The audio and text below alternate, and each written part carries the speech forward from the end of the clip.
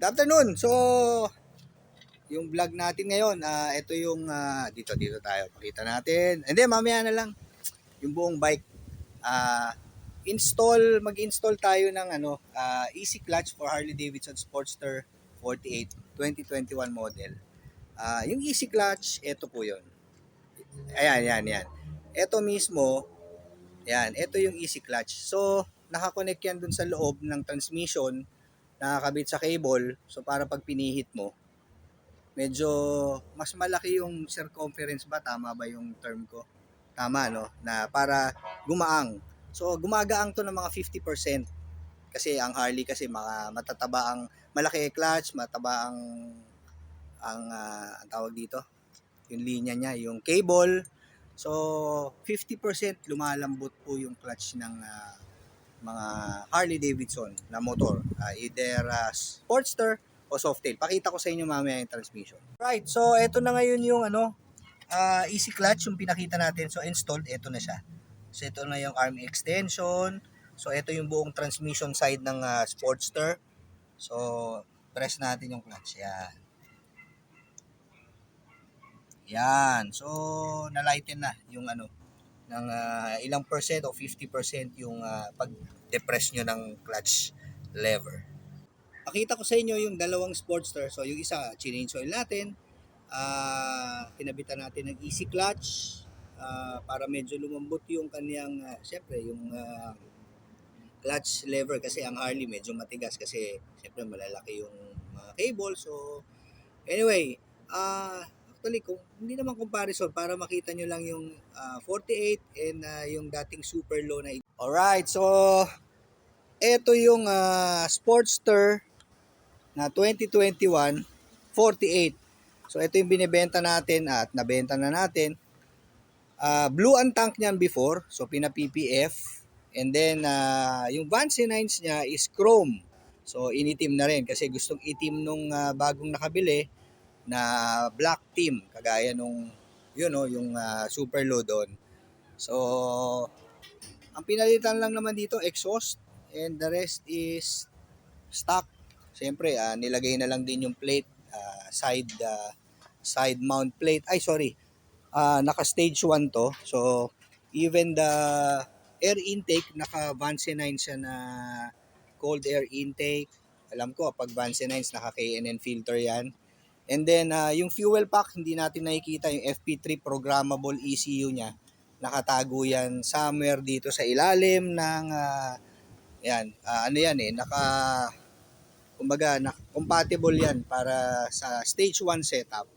And then naka-Denali na air horn, Motowolf na cellphone holder, original na engine guard, galing ng Harley Davidson mismo yan. Ayan. So, ito siya. Alright, bagong change oil and kinabitan natin ng easy clutch. Alright, so ito naman yung 2019 Sportster super low, pero napakadami na po rin na bago nito. Yung manibela, kasi parang may naka mini ape yan na chrome. So ngayon naka drag bar siya. Shout out Jerry Formoso Custom. So siya gumawa ng handlebar na yan. Even the side mirror, iba na rin siya, original na Harley Davidson yan. So yan, may badge yan dyan. Original na engine guard. Tapos ang super low before kasi naka naka mid control. So pinalitan na to ng forward control, even the foot pegs, naka Harley yan. Tapos yung mga yung mga bungo sa transmission cover. The tank is original, yung seat niya iba na rin. And then highlight nito yung likod na gulong. Iba na yung rims niya. So original nito is size 150 ang lapad, 17. Ngayon naka 200 na siya na rear tire. Tapos yung rear suspension pinalitan na rin. This is the progressive suspension. So nakaka-lower siya ng siguro 1.5 to. So 11.5 inches yan compared dun sa stock. And then mas malambot. Intake, actually stock yan.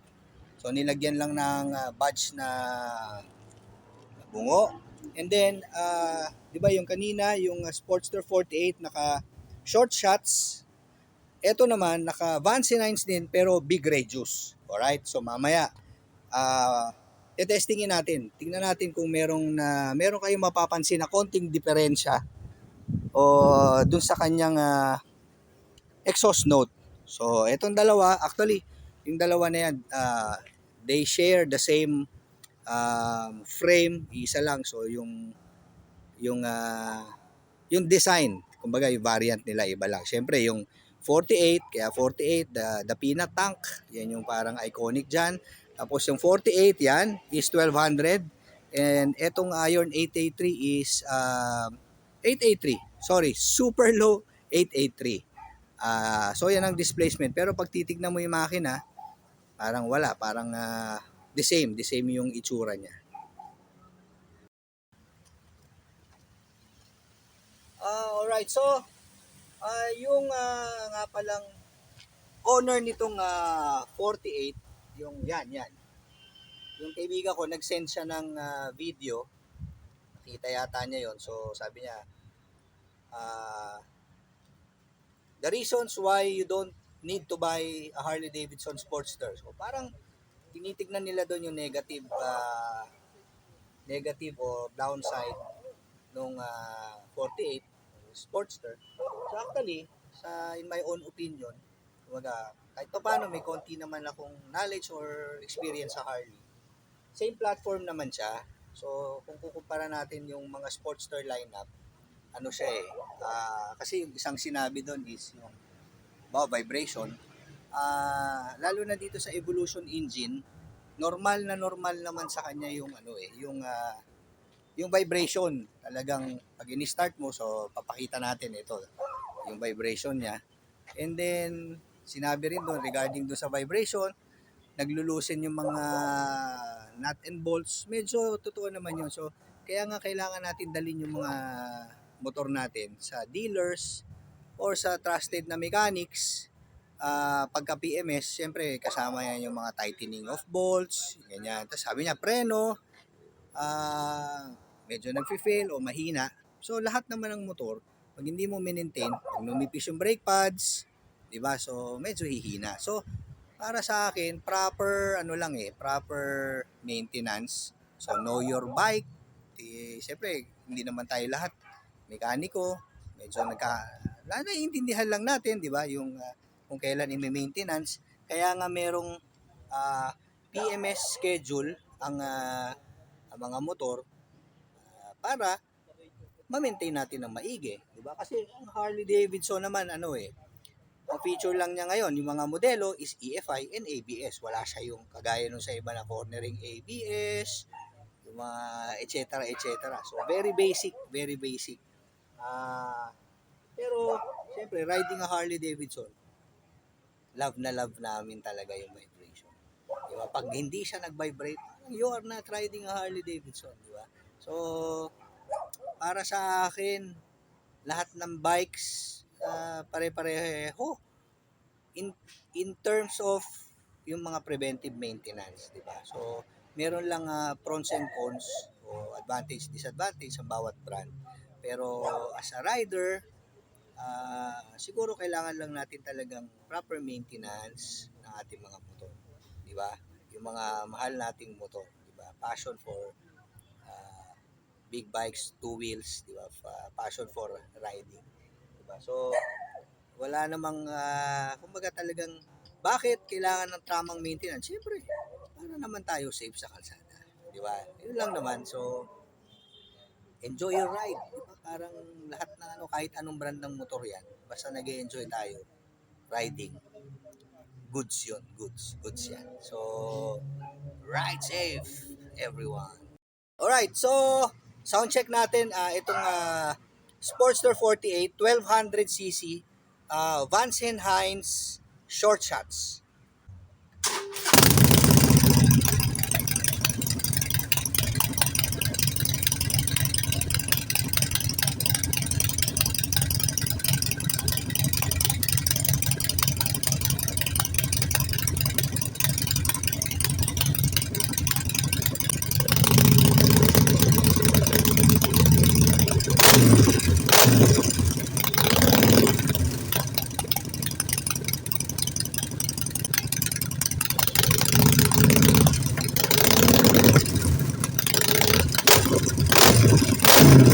Alright,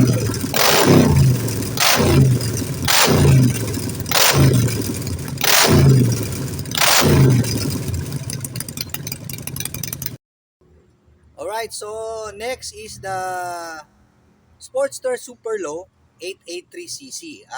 Ito naman, naka Vance and Hines Big Radius. So, tingnan natin yung difference with the short shots and itong Big Radius.